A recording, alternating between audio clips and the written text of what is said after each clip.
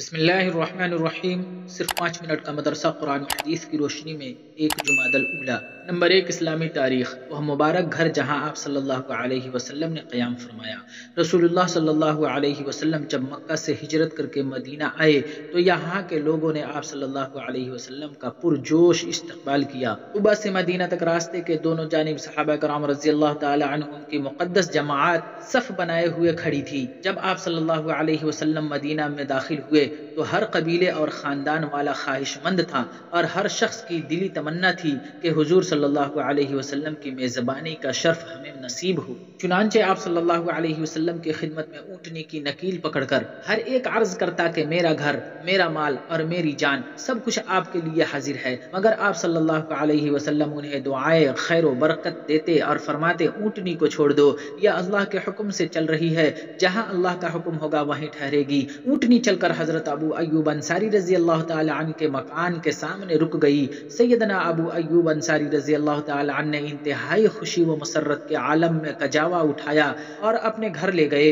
اس طرح انہیں رسول اللہ صلی اللہ علیہ وسلم کی میزبانی کا شرف حاصل ہوا۔ آپ صلی اللہ علیہ وسلم نے 7 ماہ تک اس مکان میں قیام فرمایا۔ نمبر 2، اللہ کی قدرت۔ انسان کی پیدائش 3 اندھیروں میں۔ کائنات کی سب سے حسین ترین مخلوق انسان، جس کے لیے اللہ تعالی نے اس کارخانہ عالم کو وجود بخشا، اس کی تخلیق اللہ تعالی جہاں کر رہے ہیں وہ جگہ نہ بہت بڑی ہے اور نہ وہاں روشنی کا انتظام ہے اور نہ وہاں کوئی کام کرنے والے ہیں، بلکہ اللہ تعالی ایک تنگ جگہ ماں کے پیٹ میں 3 اندھیروں میں اس کی تخلیق کر رہے ہیں۔ جبکہ دنیا میں مینوفیکچرنگ جہاں ہوتی ہے وہ جگہ کئی ایکڑوں میں پھیلی ہوئی ہوتی ہے، روشنی اور قمقمے لگے ہوتے ہیں اور بے شمار کام کرنے والے ہوتے ہیں، یہاں کچھ بھی نہیں، مگر پھر بھی اللہ تعالی انسان کی پیدائش کر رہا ہے۔ یا اللہ کی بڑی زبردست قدرت ہے۔ نمبر 3، ایک فرض کے بارے میں۔ اللہ تعالی سب کو دوبارہ زندہ کرے گا۔ قرآن میں اللہ تعالی فرماتا ہے، اللہ وہ ہے جس نے تم کو پیدا کیا اور وہی تمہیں روزی دیتا ہے، پھر وقت آنے پر وہی تم کو موت دے گا اور پھر تم کو وہی دوبارہ زندہ کرے گا۔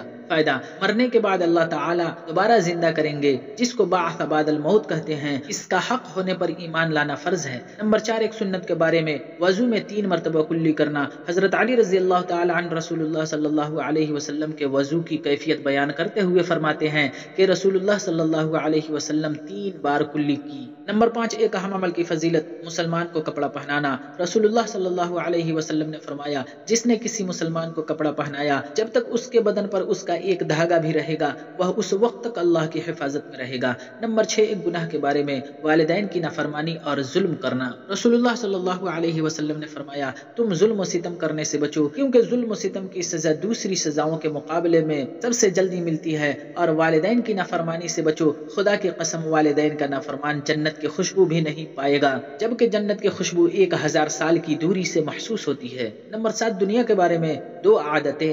رسول اللہ صلی اللہ علیہ وسلم نے فرمایا، جو شخص دینی معاملے میں اپنے سے بلند شخص کو دیکھ کر اس کی پیروی کرے اور دنیاوی معاملے میں اپنے سے کمتر کو دیکھ کر اللہ تعالیٰ کی عطا کردہ فضیلت پر اس کی تعریف کرے تو اللہ تعالیٰ اس کو ان 2 عادتوں کی وجہ سے صبر کرنے والا اور شکر کرنے والا لکھ دیتے ہیں۔ اور جو شخص دینی معاملے میں اپنے سے کمتر کو دیکھے اور دنیاوی معاملے میں اپنے سے اوپر والے کو دیکھ کر افسوس کرے تو اللہ تعالیٰ اس کو صابر و شاکر نہیں لکھتے ہیں۔ نمبر 8، آخرت کے بارے میں۔ جنتی کا دل پاک و صاف ہوگا۔ قرآن میں اللہ تعالیٰ فرماتا ہے، ہم ان اہل جنت کے دلوں سے رنجش و کدورت کو باہر نکال دیں گے اور ان کے نیچے نہریں بہہ رہی ہوں گی، اور وہ کہیں گے اللہ کا شکر ہے جس نے ہم کو اس مقام تک پہنچایا، اور اگر اللہ ہم کو نہ پہنچاتا تو ہماری کبھی یہاں تک رسائی نہ ہوتی۔ نمبر 9، طب نبوی سے علاج کرنے والوں کے لیے اہم ہدایت۔ رسول اللہ صلی اللہ علیہ وسلم نے فرمایا، اگر کسی نے بغیر علم اور تجربے کے علاج کیا تو قیامت کے دن اس کے بارے میں پوچھا جائے گا۔